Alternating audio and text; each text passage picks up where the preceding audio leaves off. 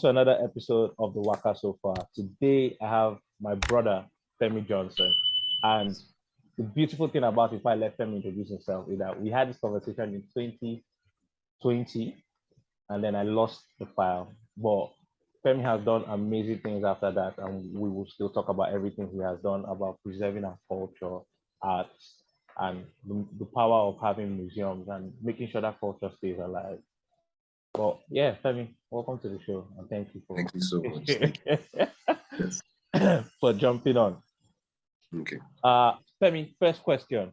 Yes. Created a documentary, Yes. or you worked with people and you guys created a documentary. Nigerian Museums, Homes of Identity and Culture. Yes.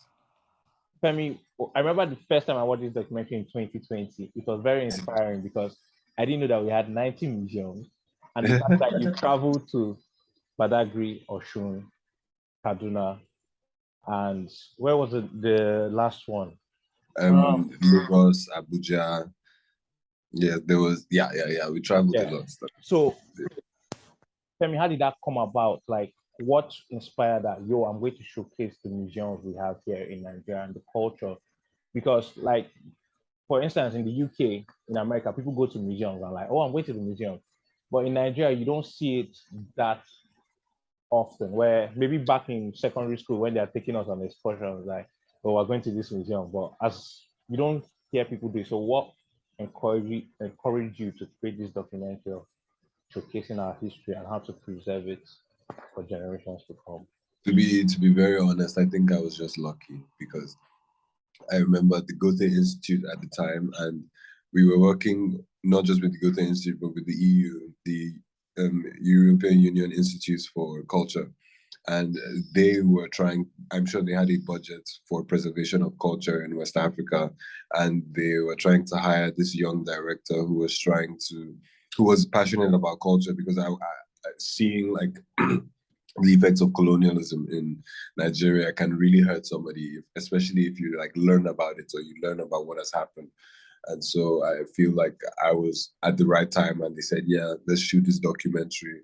And then with each new museum, each new journey that we went on, the vision became clearer and clearer that we were doing the right thing. Yeah. And in the documentary, it showed how you asked like people questions like, "Oh, what's the national anthem?" or "How many museums do you have in this state?" And people didn't have it. After this documentary was done, what kind of things have been done in place to kind of push our history? And why is it important to preserve who we are and everything about us? Interesting. I think what has been done really is conversation, because first and foremost, the Nigerian people are very, we need to, as we will say it, we need to wine ourselves. That's how we have to do it. So it has to be a gradual process of making conversations first and educating people, getting people educated. So I feel like that has been happening a lot. There's been a lot of conversations, and even if conversations don't go anywhere, it's an action, and an action is being taken in the right direction. Also, I feel like it is so important because you see, if you like to observe people, you observe the African people, you observe the African people abroad in the diaspora, people who grew up there. A lot of times there is a disconnect, or there is a lack of identity. We see it here with Africans, where they cling to speaking English, or cling to being Western, or trying to wear jeans, or like which none of it is bad. None of it is bad. But we just see that there is a base that has been wiped away. We also see it in people of the diaspora, because a lot of times not everybody, but a lot of people look down on their brethren African, and detach from that identity, or look at the identity through stereotypes. And all of this, I see where it's coming from, but it is coming from a lack of a solid foundation, a solid identity, no pride. Fair. Well, let me not ask this question because I feel like things have really changed. Like, and maybe that's because of our music, or that's because of some of our content that we put out. I feel like the world slowly like the love for African content and the love for Africans for who we are, like the pidgin English we speak. And obviously, I can throw the bonners last, everybody go chop bread. Yeah, but I feel like people are, and people are slowly coming back to that pride. Like, this is where I'm from. You get like, this Yes. is how I speak. If I go to a room, I don't have to maybe force an accent because that's not who I am. Why bite my tongue? Why can't I just speak? So I feel like I, and not because I can speak for everybody, but I feel like before I would say yes. Um, it was very, you could see people like trying to be who they are not, if that makes sense. But Mm. I feel like in most recent times, I feel like we're very, a lot of Africans are very like, you hear people speaking their pidgin English like Yeah. anywhere, like, and it's very interesting when you speak to someone from a different culture, like for instance, someone from like an European in pidgin English. Because funny enough, sometimes they do understand what you're saying in a way. Like for instance, I was in a taxi and Afrobeat song came on, and I just said it in the backseat. I was like, "Omo, give am belle."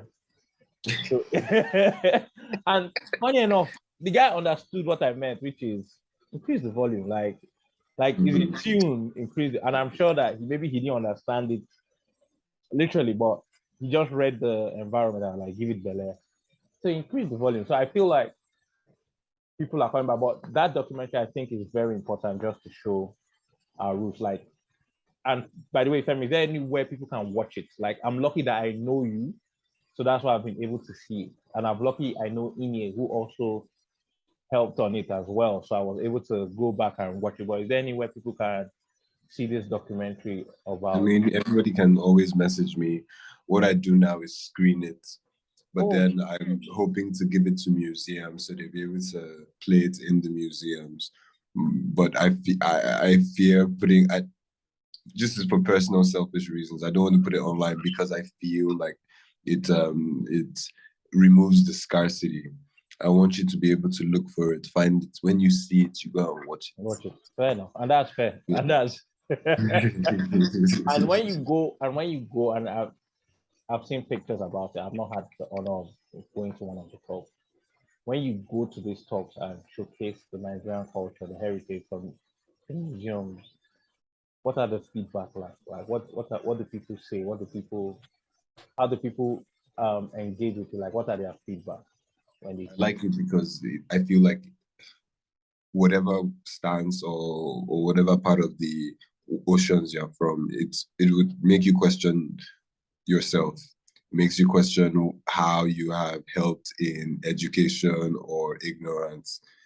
That is one thing that I really enjoy because screening it in Europe, screening it with Nigerians, screening it with Africans in general, everybody's always like, fair enough, right? Fair enough. There's something I can do and maybe I should be doing.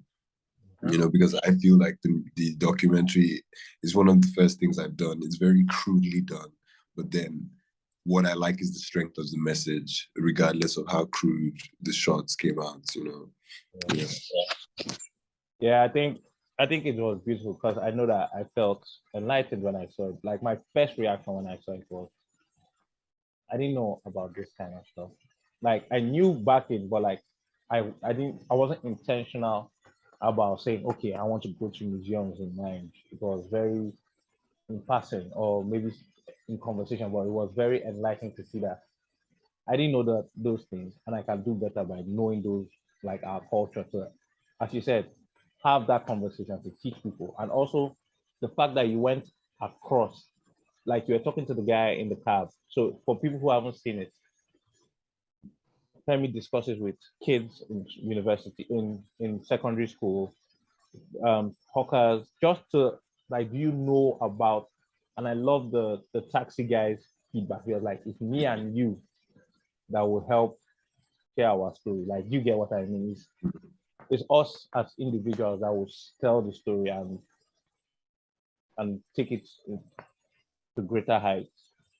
And Femi, now second question, just to relate because your style is very unique. Like Your style is very unique. I remember when you came for our wedding.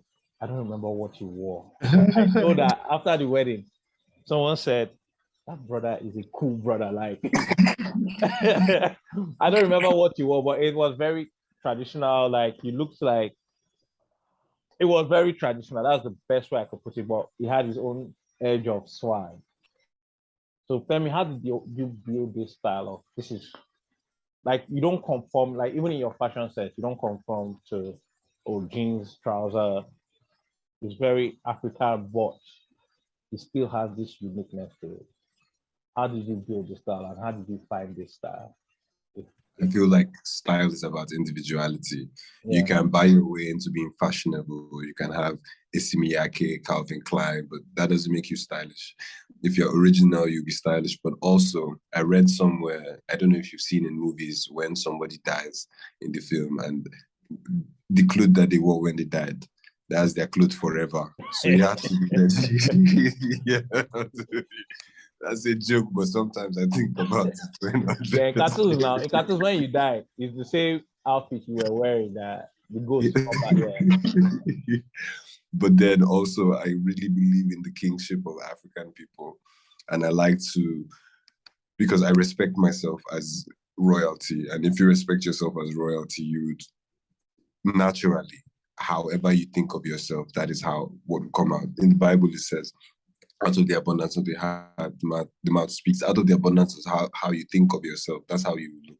yeah. So, yeah, that's I Now, really I believe. think, and as you said, I think it's very beautiful. Like it's very unique, and the way you rock it is beautiful. Like I remember at the wedding, I remember a couple of people said that brother is a cool brother. Who said it to Amy? Somebody told Amy and said, Femi, Femi. So I truly love it. And even when I came to your house, like your living space is beautiful. Like it's very unique. It shows our heritage. It shows like African true and true. And then Femi, could you explain or could you expatiate on, and going back to the museums and the importance of this, about the Edo Museum of West African Art and what it's all about? Like, what is the goal with this project, and what do you see it going forward? So it's a team project. There's a lot of people on the team. There's archaeologists, architects, researchers. There's academics. Then there's us. I'm a digital heritage specialist for MOA, where we focus on creating digital access for the artifacts. Because if you go to even big museums, the British Museum, whatever, you see so many artifacts in storage that people have never seen in a while Yeah, because there's no access to them.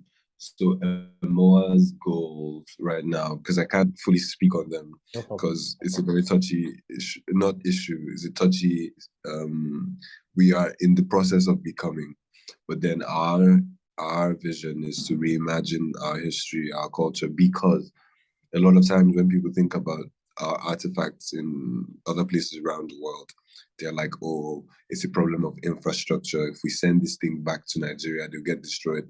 Which, of course, you can play the devil's advocate and be like, yes, these artifacts are part of world history. So you are faced with the situation. What do we do now?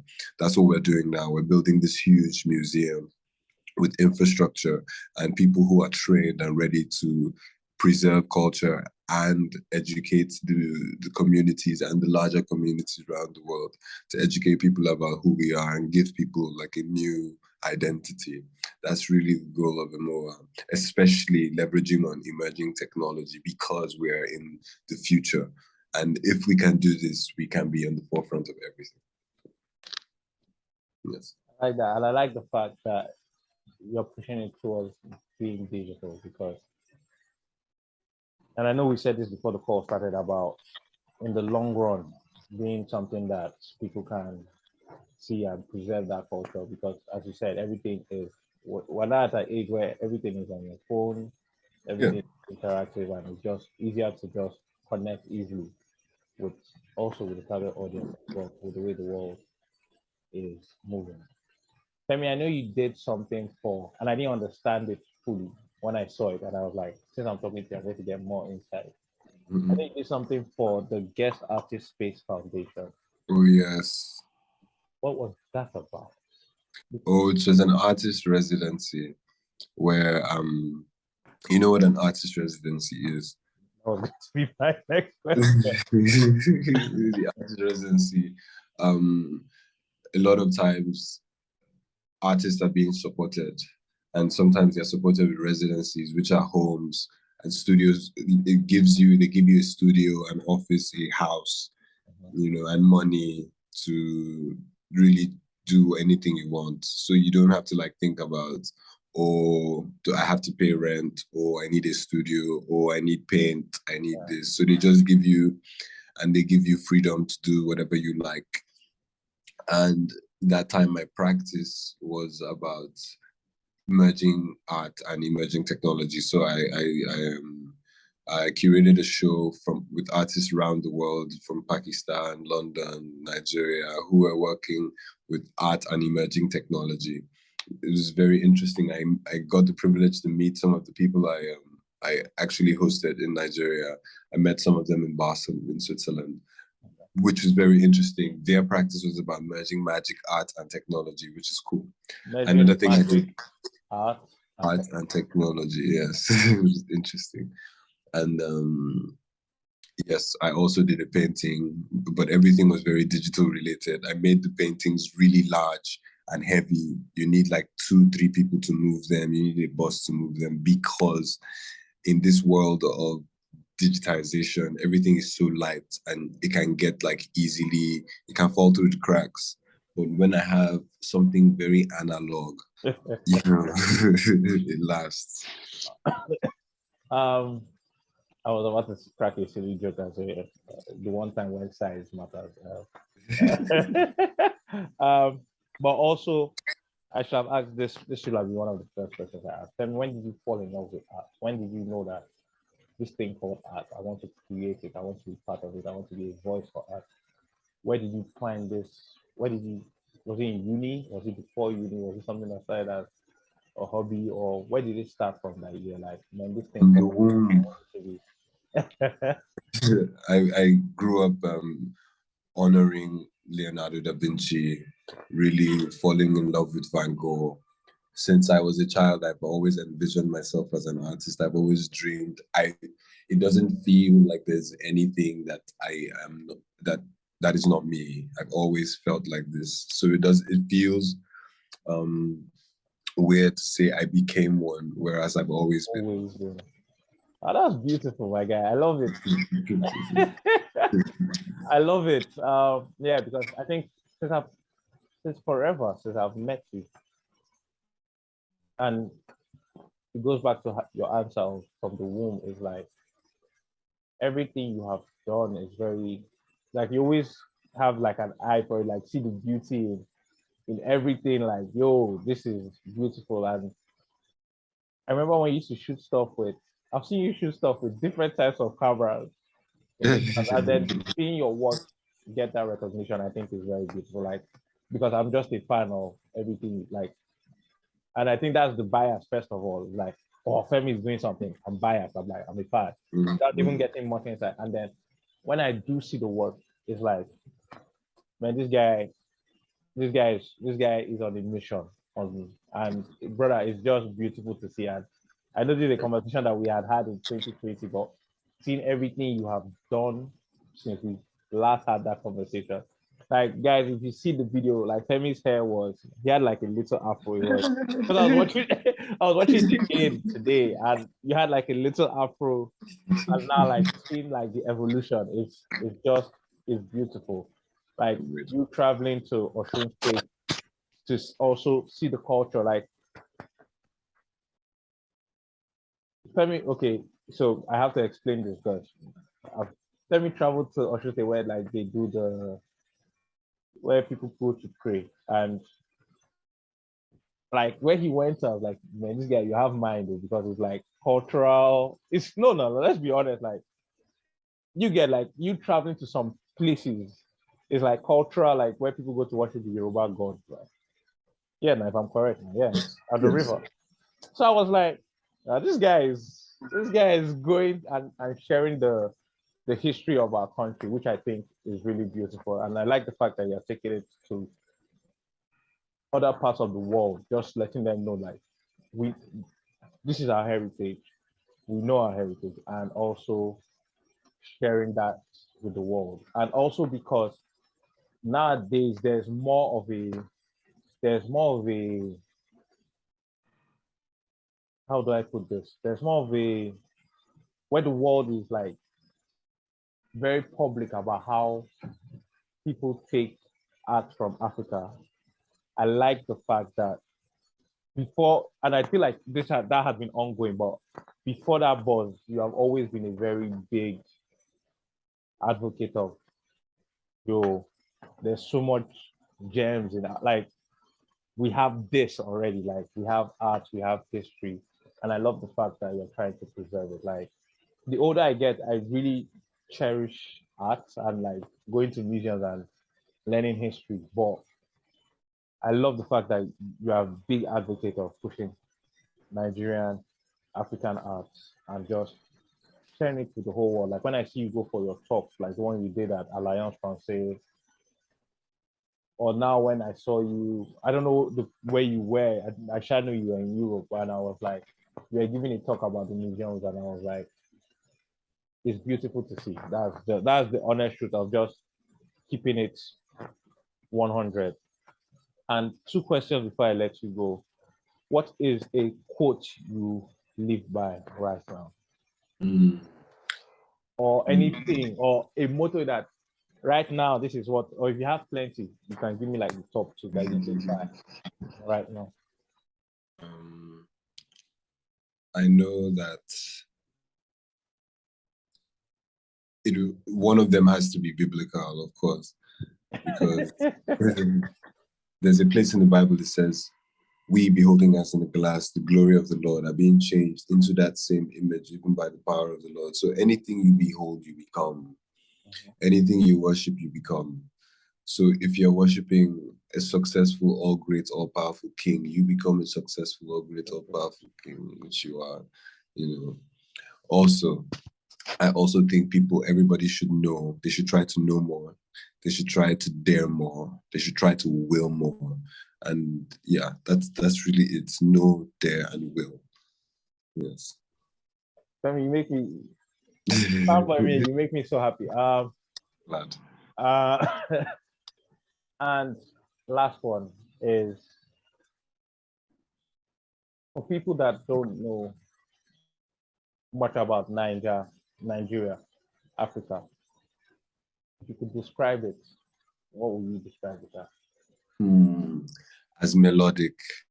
That's what I describe it as, because I feel every time I meet people and like people from different cultures, I see how much more melodic and metaphoric Nigeria is. Like that thing you said with the radio when you said Adbele. Do you know how Nigerian that thing is? First of all, it's like musical. Second, it literally does not even mean increase the volume at all. At all. It doesn't. It doesn't. At all. And that's what I love about Nigeria, because we're so melodic. And you meet people with language structures that are different from us. If you're laughing, I say, I have died. They're like, no, what do you mean you have died? No, don't die. Because but us, we speak metaphorically, which I love. We're very musical about everything. So you see it in the language, in the ways of being, in the culture. That's really how I describe Nigeria to somebody who's never been. And I think that's spot on because, bro, like one day in the office, I forgot myself. Not I forgot myself. It's just when in a meeting and someone said, "Oh, speak, could you help with this?" And I was like, "No wahala." Like, and immediately my boss got what I meant. So like, does that mean no problem? I'm like, yeah, in Nigeria, that means I should like I like it, no wahala. But because the pigeon in me is like I still saw sometimes I think in pigeon. And then Yes. when I want to say it out, I'm like, okay, you have to articulate it so everybody understands it. But I think it's very beautiful, like when you hear it and just people just using Niger slang because, as you said, as we both said, we have the best. This bedu the boss brain, like literally.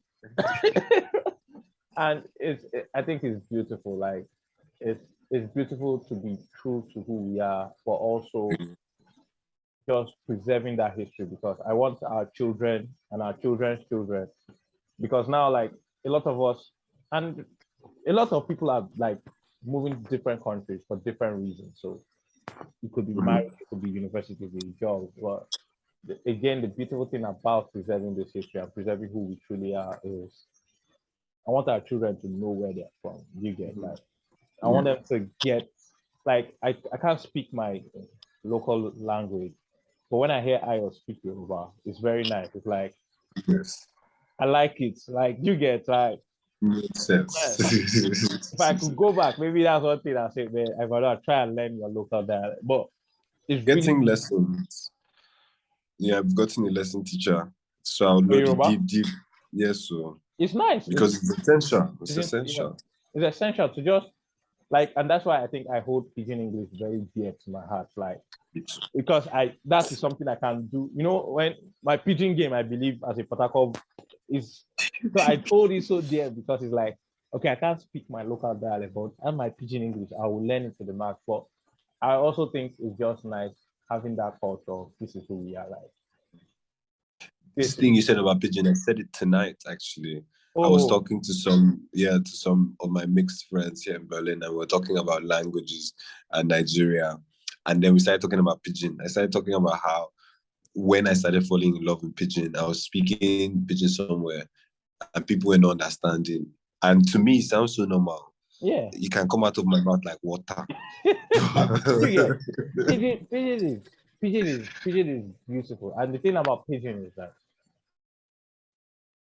you go and you meet someone from Ghana, they understand a bit. Like I know our pigeon is different, but someone from Ghana, someone from Sierra Leone, um, our pigeon is different, but we kind of understand what each other are saying, and I think it's just really beautiful. But that's for me, that's the main thing I wanted to talk to you about because when I see you as a big ambassador of someone that is big on projecting Africa, Nigeria, like our heritage, just like, yo, man, we are royalty, like what today bred, like what the best of the best. And What's the bread? I love it. I love it in every sense of what you do because you're keeping that history alive. And please, to anybody listening, as Femi said, please, if you would like to see the documentary, it is 17 minutes long. Literally, I watched it again today after I watched it in 2020. But it's very insightful and it showcases our culture, the different museums we have in Nigeria. Like he traveled by train, boat, road, um, and to get this history. But I think it's very insightful showcasing these things because it just lets people know what we have in Nigeria, like the greatness we have. And also, if people don't know, it also showcases it creates more awareness. It starts the conversation, which it did for me. Like it really started the conversation because I remember when you asked those school children the national anthem and they didn't know it, but they were ready to hustle Femi for money. They were like, if you pay, we'll speak to you and we'll speak to your camera, which is that Nigerian mentality. Just get your money, man. All this is like the knowledge behind it. And as they say, knowledge is power. So I mean, yeah, that is it, man. And thank you for jumping. I know that we have been trying to do this for a long time, but I just wanted to just share that because I think it's very inspiring how much you keep our culture alive and share it with the world. It's God. God. Right, Yeah. right. Like, thank you so much. My brother.